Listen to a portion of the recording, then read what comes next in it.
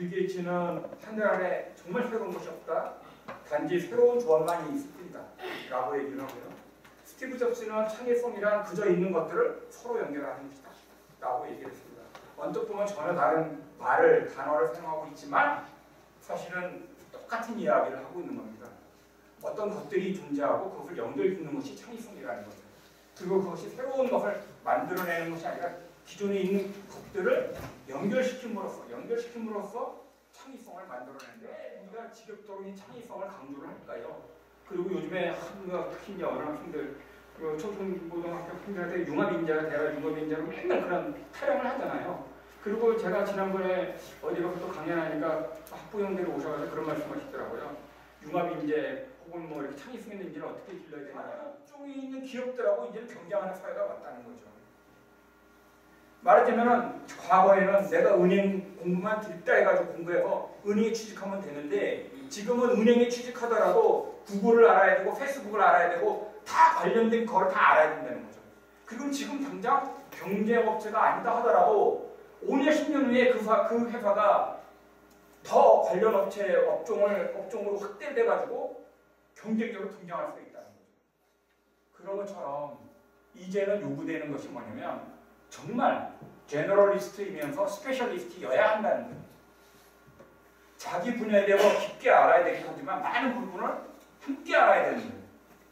그렇기 때문에 그런 면에서 많은 부분을 알려면 우리가 제일 달려가는 것이 뭐냐면 백과사전이고 그 다음에 여기 뒤에 보는 것처럼 하버드의 와이드너 도서관인데 엄청나게 책이 많습니다.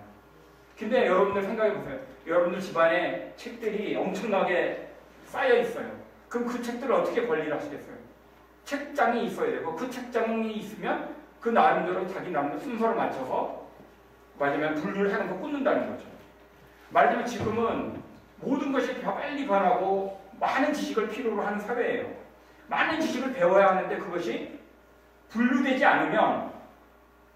않고 정리되지 않으면 지속적으로 그 지식을 써먹을 수가 없다는 거죠. 그러려면 지금 이 도서관처럼 뭔가 틀을 만들어서 집어넣어야 된다는 거예요. 마찬가지로 빌기스토리라고 하는 것은 자기 마음속에 있는 내면화된 책장이에요.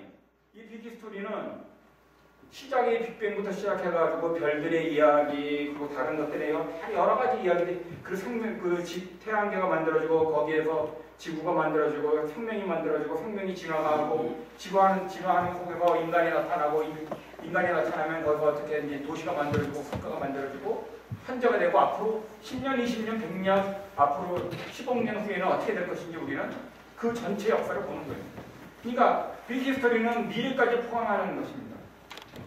그게 기존의 역사하고 다르고요. 기존의 역사학은 인간 중심이죠. 인간 중심으로 해가지고 인간이 서술한 문자 중심으로 길게 한 5,000년 정도만 공부하는 것이지만 이것은 그야말로 138억 년의 역사를 우리가 살펴보는 거예요. 그렇기 때문에 이거는 자연과학도 아니고 인문과학도 아니고 역사학도 아니에요.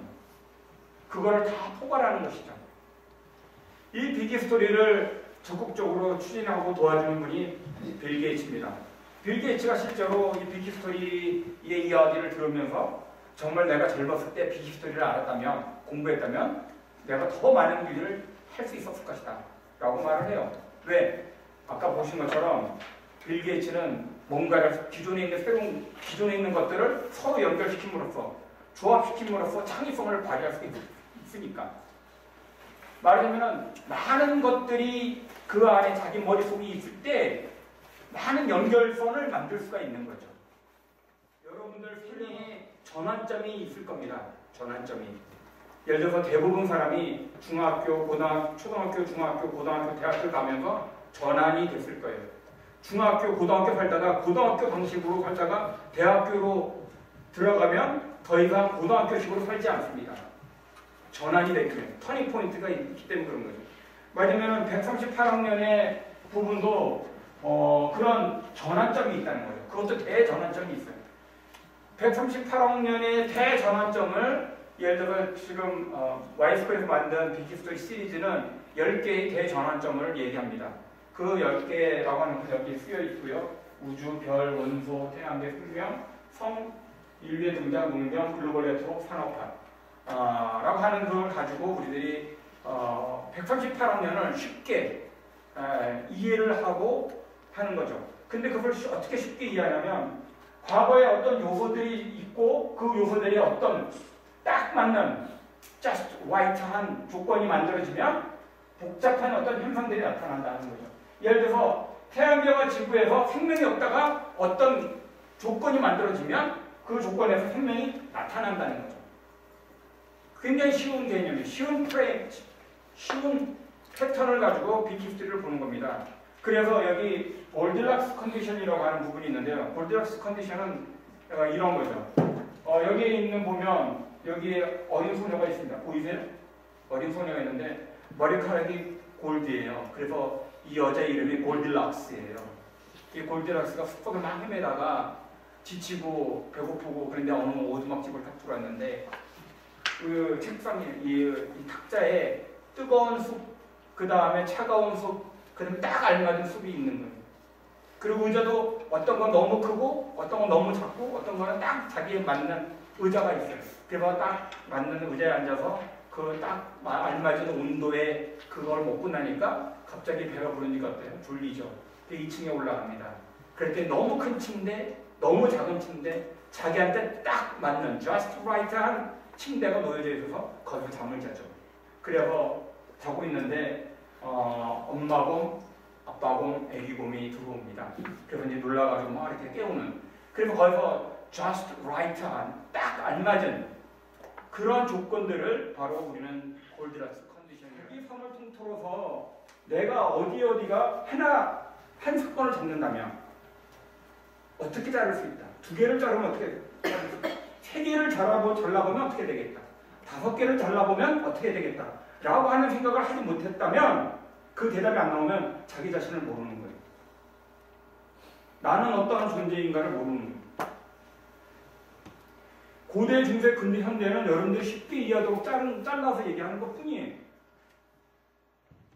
자기의 삶을 자기가 강조하면서 어디가 터닝 포인트인지를 알아야 돼요.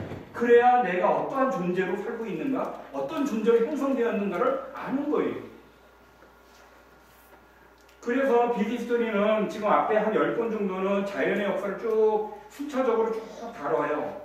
그냥 예를 들어서 빅뱅 다루고 별 얘기 다루고 원소 얘기들 하고 이렇게 얘기 다루지만 인류 문명을 다룬 역사는 그냥 인류가 등장한 이래로 현재까지 혹은 미래까지를 다른 각도에서 다르게 바라보고 있어요.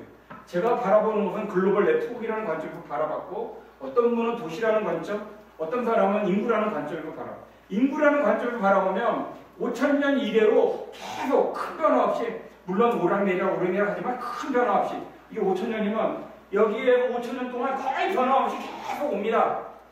그 오다가 변화하는 시점이 언제인지 아세요? 처음 그래도 탁 터닝 포인트가 가는 데가 이게 대개 900년, 1000년이에요. 왜?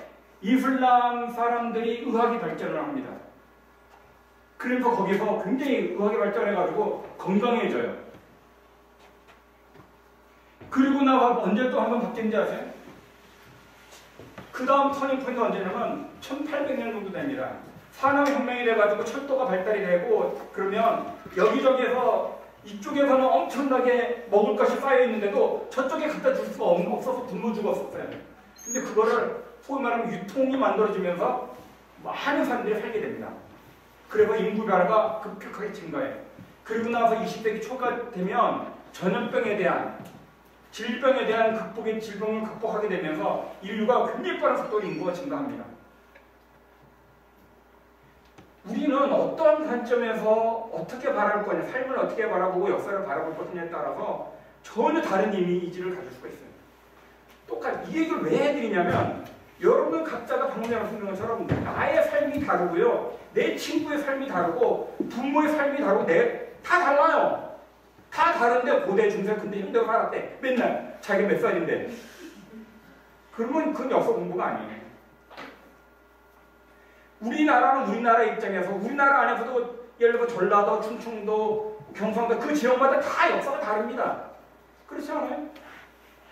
그것을 꿰뚫어 볼 줄 알아야 자기가 나중에 어느 회사에 들어가서 그 회사가 어떻게 변해가는지, 다른 회사는 어떻게 변해가면서 우리 말하면 우리 회사, 나의 회사의 적이 될 것인지 아니면 아군이 될 것인지 그것도 보면서 다른 주변에 있는 것들이 어떻게 변해가는지를 그 많은 내가 속해 있는 그것뿐만 아니라 다른 것들이 어떻게 변해가고 있는지를 알 수 있게 됩니다.